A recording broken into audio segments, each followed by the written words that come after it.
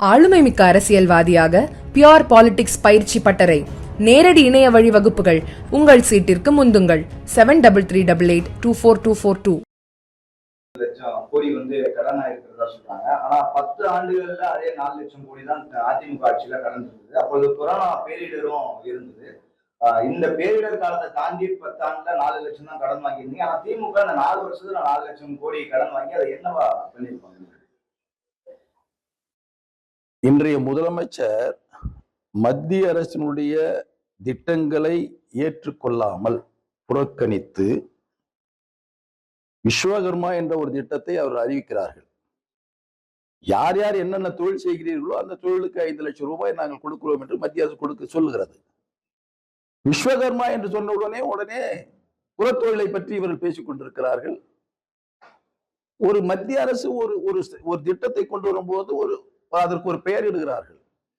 எப்போதும் கடந்த காலத்திலே ஒரு 50-60 ஆண்டு காலத்துக்கு முன்பாக இந்த விழிப்புணர்வு இல்லாத மக்களை தட்டி எழுப்புவதற்காக நான் சொன்ன கருத்துக்களை எல்லாம் மக்கள் விழிப்புணர்வு ஏற்பட்டுவிட்டு அதை தாண்டி நம்முடைய தமிழ் சமூகம் எங்கோ சென்று கொண்டிருக்கிறது.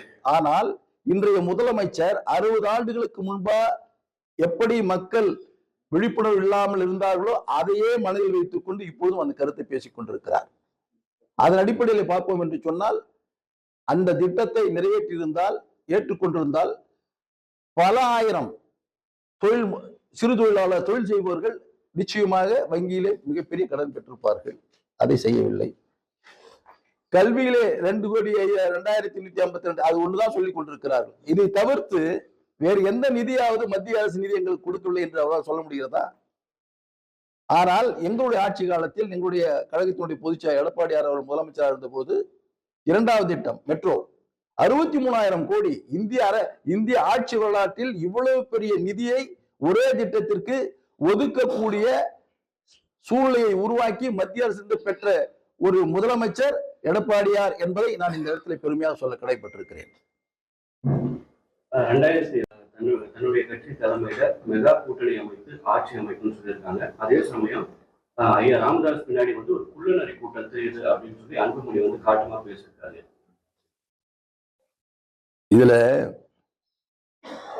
நீதிமன்றமே தந்தையும் பிள்ளையும் நீங்கள் பார்த்துக் கொள்ளுங்கள் என்று ஒதுங்கிவிட்டது. நாங்க என்ன சொல்றது? அவர்கள் ஒரு சமூகத்திற்காக போராடி கொண்டிருக்கின்றவர்கள். அதில் இடையிலே நாங்கள் எந்த கருத்தை சொல்வது சரியாக இருக்காது என்று நான் கருதுகிறேன். ஓபிஎஸ் அவர்கள் பாஜக கூட்டணியிலிருந்து விலகுவதா அறிவிக்கிறாரு. அடுத்த நிமிஷமே போய் முதல்வர் ஸ்டாலின் அவர்களை சந்திக்கிறாரு. இந்த கூட்டணியிலிருந்து விலகுறதுக்கு திமுக பின்புலமா இருந்து ஏதாவது செயல்பட்டு இருக்கிறாங்களா? ஓபிஎஸ் அவர்களை அவங்க பக்கம் எதிர்த்து ஏதாவது முயற்சி பண்றாங்க? எங்களிடத்திலிருந்து வெகு தூரம் சென்று விட்டவர். அவரை பற்றி விமர்சனம் செய்வது தேவையில்லாது என்று நான் கருதுகிறேன். விடுதலை சிறுத்தை கட்சியோட திருமாவளவன் மேடையில ஒரு ஸ்பீச் கொடுத்திருக்காரு. எம்ஜிஆர் அவர்கள் கருணாநிதி மேல இந்த அதிருப்தினாலையும் அவருக்கு சினிமா போகனால மட்டும்தான் முதலமைச்சர் ஆனாரு அப்படின்னு சொல்லி ஒரு கருத்து தெரிவிச்சிருக்காரு. திரு திருமாவளவன் அவர்களை நான் ஒரு நல்ல சிந்தனையாளர், தொலைநோக்கு பார்வை கொண்டவர் என்று இப்பொழுதும் நான் நம்புகிறேன். ஆனால் ஒரு தமிழ் பேசுகின்ற மக்கள் எங்கெல்லாம் உலகமெல்லாம் இருக்கிறார்களோ அவர்களெல்லாம் தன்னுடைய வேண்டிய தலைவராக இஷ்ட தெய்வமாக வணங்கக்கூடிய புரட்சி தலைவரை அவர் இப்படி விமர்சனம் செய்திருக்க கூடாது. ஏனென்று சொன்னால் புரட்சி தலைவர் அவர்கள் அரசியலில் முதலமைச்சர் ஆக வேண்டும் என்பதற்காக தான் நடித்து உழைத்து சம்பாதித்த அந்த பணத்தில் சென்னையிலே மழையிலே நனைந்து ரிக்ஷா வண்டி ஓடிக்கொண்டிருக்கின்ற ஆயிரக்கணக்கான தொழிலாளர்களுக்கு மழையில் நனையக்கூடாது என்பதற்காக ரெயின்கோட்டை வழங்கிய கொடைவள்ளல் அவர்கள். யார் இல்லை என்று வந்தாலும் உடனடியாக கொடுக்கக்கூடிய 8வது கொடைவள்ளல். அந்த வள்ளலை பற்றி பேசுவதற்கு சற்று சிந்தித்திருக்க வேண்டும். அவருடைய சிந்தனைகள் திரு ஸ்டாலின் மீது பாசத்தின் காரணமாக, திரு கருணாநிதியின் மீது பாசத்தின் காரணமாக இது போன்ற கருத்தை சொல்லுகிறார். தயவு செய்து அவர் இது போன்ற கருத்தை தவிர்க்க வேண்டும் என்று நான் அவரை அன்போடு கேட்டுக்கொள்கிறேன். தொகுதி சுற்றுப்பயணம் வந்து பிரேமதச்சேகன் வந்து சொல்லியிருக்காங்க, எனக்கு கூட்டணியில் இந்த எல்லா தொகுதிகளும் விலகி போயிட்டாங்க, ஜனவரியில இருந்து 2.0 தேமுதிக வந்து புது கூட்டணி ஆட்சி அமைப்போம்னு சொல்லியிருக்காங்க. தேர்தல் வரட்டுங்க, தேர்தல் வரட்டும். எல்லாருக்குமே ஒரு கட்சி துவக்கும் போது, ஒரு கட்சியை முன்னெடுத்து செய்யும் போது அந்த கட்சி தலைவர்கள் விருப்பப்படுறதுக்கு தகுந்த மாதிரி தானே கருத்துக்களை சொல்லுவாங்க. தேர்தல் வரும்போது கால சூழ்நிலைக்கு ஏற்றவாறு தன்னுடைய விருப்பத்திற்கு எந்த கூட்டணி, எந்த தலைவர்கள் தமக்கு சாதகமாக இருப்பார்கள், தமக்கு மரியாதை அளிப்பார்கள் என்ற சிந்தனையோடு செல்லுகின்ற பொழுது அவர்கள் அப்போது எடுக்கின்ற முடிவுகள் எங்களுக்கு சாதகமாக இருக்கும் என்பதை நான் தெரிவித்துக் கொள்கிறேன். கூட்டணியில் இருந்த ஜோடிகள் அனைத்து விலகி போயிட்டாங்க சொல்லியிருக்காங்க. யாரு? தேமுதிக அமைச்சர் பிரேமதாஸ் சொல்லியிருக்காங்க. அது என்ன கணக்கு வச்சு சொன்னாங்களோ அதெல்லாம் எங்கிட்ட கேட்டிருந்தா நான் என்ன பண்ண முடியும்? சரியா? அதை தொடர்ந்து மாலை 4:30 மணி அளவில் கிருஷ்ணகிரி நகரத்தில் ரவுண்டானாவில் சாலையில் மக்களை சந்தித்து ரவுண்டானாவில் பேருரையாற்றிருக்கிறார்கள். கிருஷ்ணகிரியை முடித்து பர்கூர் பேருந்து நிலையத்தில் மாலை 6 மணி அளவில் 6:30 மணி அளவில் அங்கே பர்கூர் வாழ் மக்களையும், பர்கூர் சட்டமன்ற வாழ் மக்களையும் சந்தித்து பேருரையாற்றிருக்கிறார்கள். அதை முடித்து 8 மணி அளவில் ஊத்தங்கரை ரவுண்டானாவில் பேருரையாற்றி நிறைவாக திருப்பத்தூர் செல்கிறார்கள் என்பதை தெரிவித்துக் கொள்கிறேன்.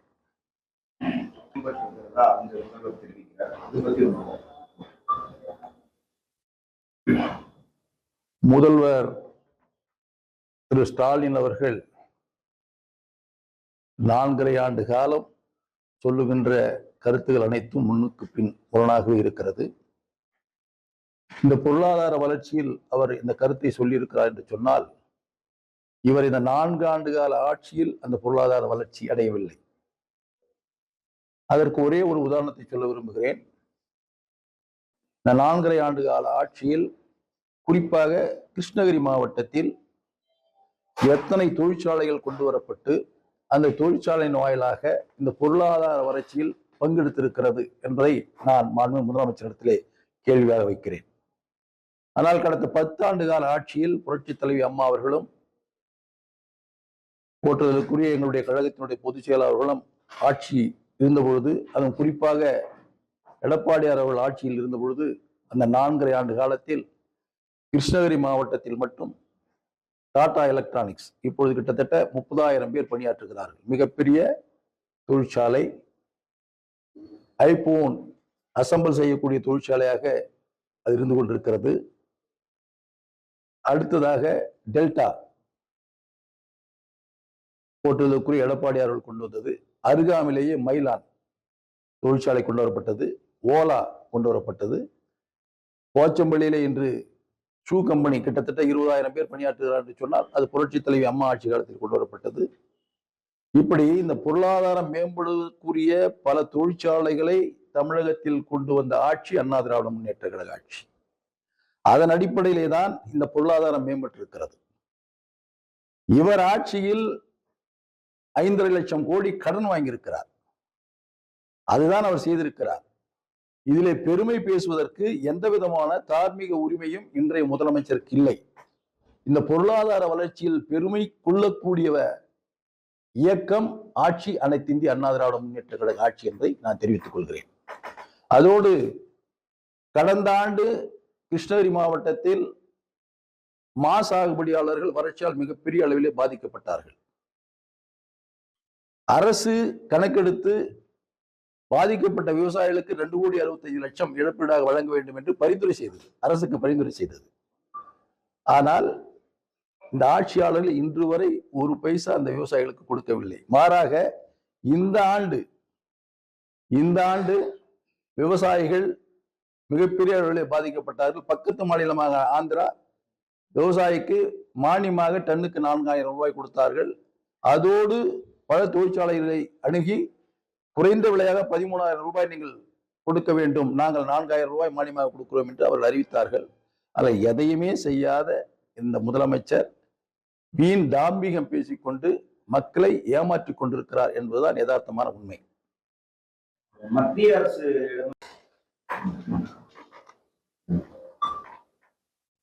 பத்திரிகை மற்றும் ஊடக நண்பர்களுக்கு வணக்கம். எங்களுடைய இயக்கத்தினுடைய போற்றுதலுக்குரிய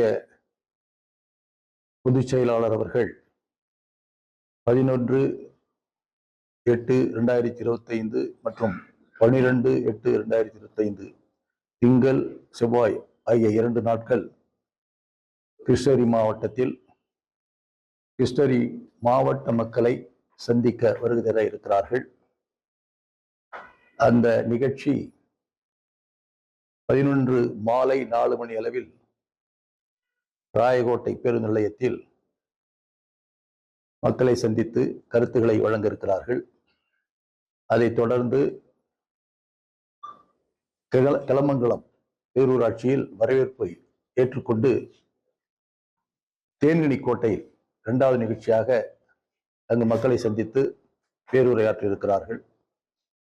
அதைத் தொடர்ந்து மாலை 7 மணி அளவில் மத்துகிரி வரவேற்பை நிகழ்த்திவிட்டு ஏற்றுக்கொண்டு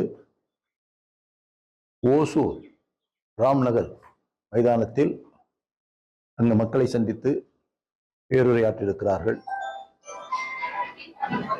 அதைத் தொடர்ந்து